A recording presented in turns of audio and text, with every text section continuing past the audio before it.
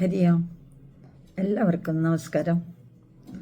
ഇന്ന് ഞാൻ പറയാൻ ഉദ്ദേശിക്കുന്നത് സ്നേഹത്തിൻ്റെ മുകുളങ്ങൾ.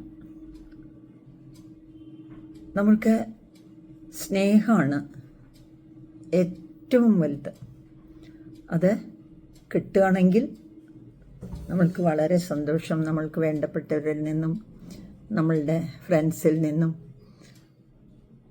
പ്രകൃതിയിൽ ഏറ്റവും ആഗ്രഹിക്കുന്നത് സ്നേഹമാണ്. ഒരു 10 പൈസയും ചെലവാക്കാതെ കൊടുക്കാവുന്നതും അത് തന്നെയാണ്, അല്ലേ? എല്ലാവരും അത് തന്നെയാണ് ആഗ്രഹിക്കുന്നതും. എന്നാൽ ഇന്ന് അത് കിട്ടാനില്ല. അതാണ് ഇല്ലാതായിക്കൊണ്ടിരുന്ന ഈ ലോകത്തെ ബാധിക്കുന്ന ഒരു വൈറസ്. ആ വൈറസിനെ ഇല്ലാതാക്കാൻ നമ്മൾക്ക് സ്നേഹിക്കാം. എങ്ങനെ സ്നേഹിക്കണം? ആദ്യം നമ്മളെ തന്നെ സ്നേഹിച്ച് പഠിക്കുക. എങ്ങനെ സ്നേഹിക്കാം? നോക്കൂ, നമ്മൾക്ക് ഒരു ഇടത് കൈയിന് എന്തെങ്കിലും വേദന തോന്നി, അല്ലെങ്കിൽ അവിടെ എന്തെങ്കിലും കടിച്ചു, അല്ലെങ്കിൽ എന്തെങ്കിലും മുറിവ് പറ്റി. ആ സമയത്ത് എന്താ ഉണ്ടാവുക? നമ്മളുടെ വലത് കൈ ചെന്ന് സാന്ത്വനിപ്പിക്കും, അല്ലേ? സാരല്യ കേട്ടോ, ഉടൻ ചെന്ന് സാന്ത്വനിപ്പിക്കും. നമ്മളും സാരല്യ കേട്ടോ എന്നൊന്നും നമുക്ക് വരാറില്ല. നമ്മളൊന്നും ചിന്തിക്കാതെ നമ്മൾ തലോടും. പക്ഷെ അത് സാന്ത്വനിപ്പിക്കുന്ന വാക്കുകളോടെ ആണെങ്കിലും നമുക്കൊരു സുഖം കിട്ടും. നമ്മൾ ഇത്രയും കാലം ഓരോരുത്തർക്കും ഏജായിട്ടുള്ളതിനനുസരിച്ചുകൊണ്ട് നമ്മളെ എവിടെയൊക്കെ കൊണ്ടെത്തിച്ച നമ്മുടെ പാദങ്ങളെ നമ്മൾക്ക് സ്നേഹിച്ചുകൂടെ? പാദം മുതൽ നമുക്ക് നടക്കാനും എവിടെയെല്ലാം നമ്മളെ താങ്ങിയെത്തിച്ച ആ പാദങ്ങളോട്. ഇതിനിടയ്ക്ക് ഒരു വീഡിയോ കണ്ടു. കുളിക്കുമ്പോൾ ഓരോ സന്തുക്കളിലും അങ്ങനെയുള്ളൊരു ഒഴിയലോട് കൂടെ വേണം കുളിക്കാനെന്നാണ് അവർ ഒരു ആയുർവേദിക് തലത്തിൽ നിന്നുകൊണ്ട് പറയുന്നത്.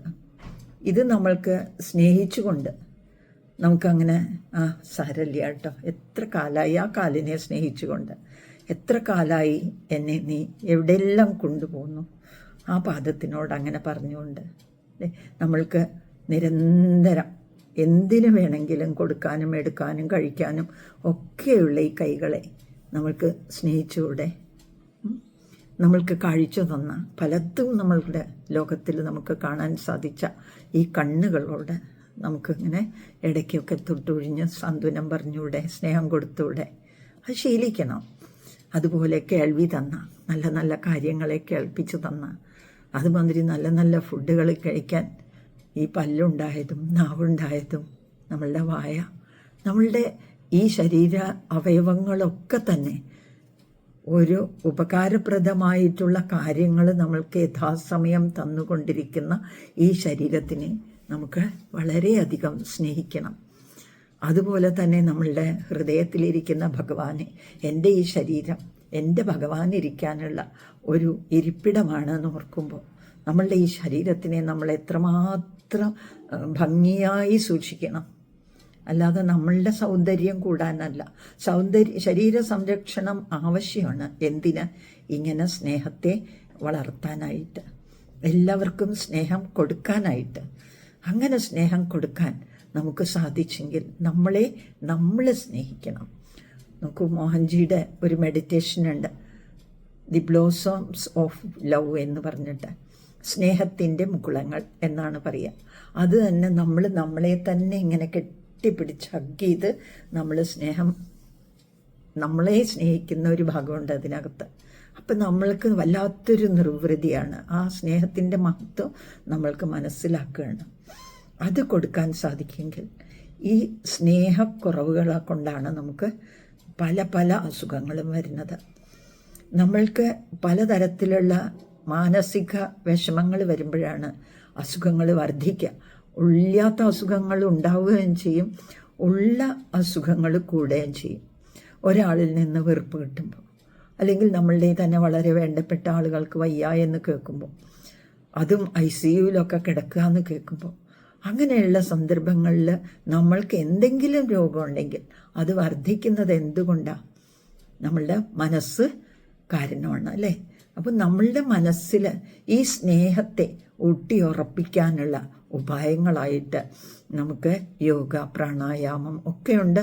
അതിനൊക്കെ അതീതമായിട്ട് നമ്മൾ നമ്മളുടെ ശരീരഭാഗങ്ങളെയൊക്കെ വളരെ സ്നേഹത്തോടെ ഒരു ദിവസം ആശ്വസിപ്പിച്ച് നോക്കൂ.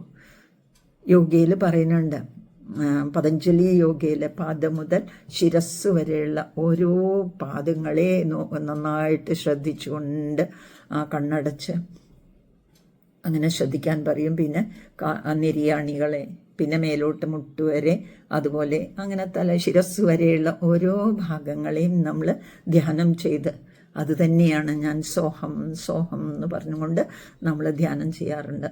എന്താ അത്? നമ്മളുടെ ശരീരത്തിനെ നമ്മൾ ബോധപൂർവം അറിയാണ്. ഈ അറിയൽ സ്നേഹം പകർത്തിക്കൊണ്ടാണെങ്കിലോ, ഈ സ്നേഹം പകർത്താൻ എല്ലാവർക്കും സാധിക്കട്ടെ. നോക്കിക്കോളൂ, നമ്മളിൽ ജീവിതത്തിൽ വലിയൊരു ആനന്ദം, വലിയൊരു മാറ്റം, വലിയൊരു ശാന്തി, നമ്മൾക്ക് ഒരു സുഖം അഥവാ സന്തോഷം നമ്മൾക്ക് ലഭിക്കും. ഒരു സംശയവുമില്ല. തീർച്ചയായിട്ടും പ്രാക്ടീസ് ചെയ്ത് നോക്കൂ. എല്ലാവർക്കും നന്മ വരട്ടെ. ഹരി ഓം.